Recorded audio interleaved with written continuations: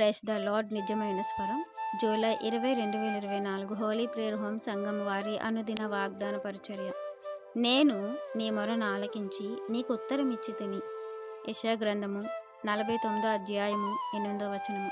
ప్రియమైన దేవుని వాళ్ళరా, రక్షింపనేరకు ఉండినట్లు నా హస్తం కొరచు కాలేదు, విననేరకు ఉండినట్లు నా చెవులు మందము కాలేదన్న మాట మనం ఒకసారి జ్ఞాపకం చేసుకుందాం. ఎందుకంటే దేవుడు మనల్ని రక్షించాలని, మనం అడిగింది మనకి ఇవ్వాలని ఆయన ఆశ కలిగి ఉన్నారు.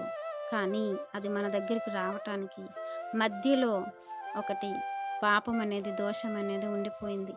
అందుకే దేవుడు అంటున్నారు, మీరు నాకు పెట్టిన మొర నేను ఆలకించాను, మీకు ఉత్తరం ఇచ్చి తిని అది మీరు పొందుకోలేకపోతున్నారు అన్న సత్యాన్ని మనం గ్రహించాలి.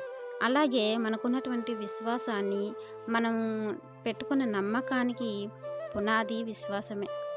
ఏదైతే అడిగామో దేవుని సన్నిధిలో అది ఆల్రెడీ పొందుకున్నామనే మీరు నమ్మండి అని వాక్యం సెలవిస్తుంది. అంటే దేవుని దగ్గర మనం పెట్టింది దేవుడు స్వీకరించి అనుకూల సమయం మనకు అది అనుగ్రహించటానికి సిద్ధంగా ఉన్నారు.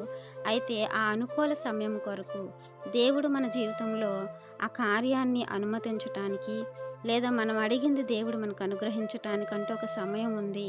ఆ సమయానికి మేము సిద్ధపడి దాని కొరకు నిరీక్షణ కలిగి ఉండాలి.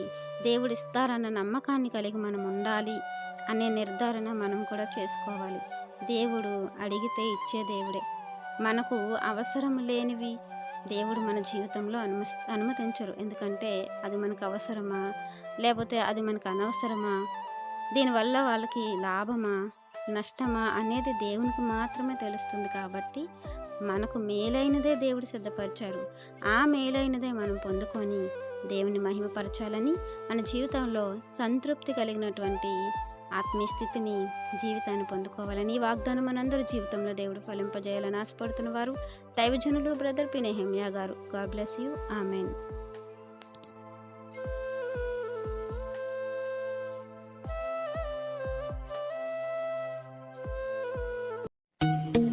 Hi friends, holy prayer home Gajuwaka సంగమ వారు మాట్లాడిన విలువైన దేవుని సందేశములను మీరు వినటానికి మా యొక్క యూట్యూబ్ ఛానల్ హోలీ ప్రేయర్ హోమ్ను సబ్స్క్రైబ్ చేసుకొని పక్కనున్న బెల్ ఐకాన్ క్లిక్ చేయగలరు.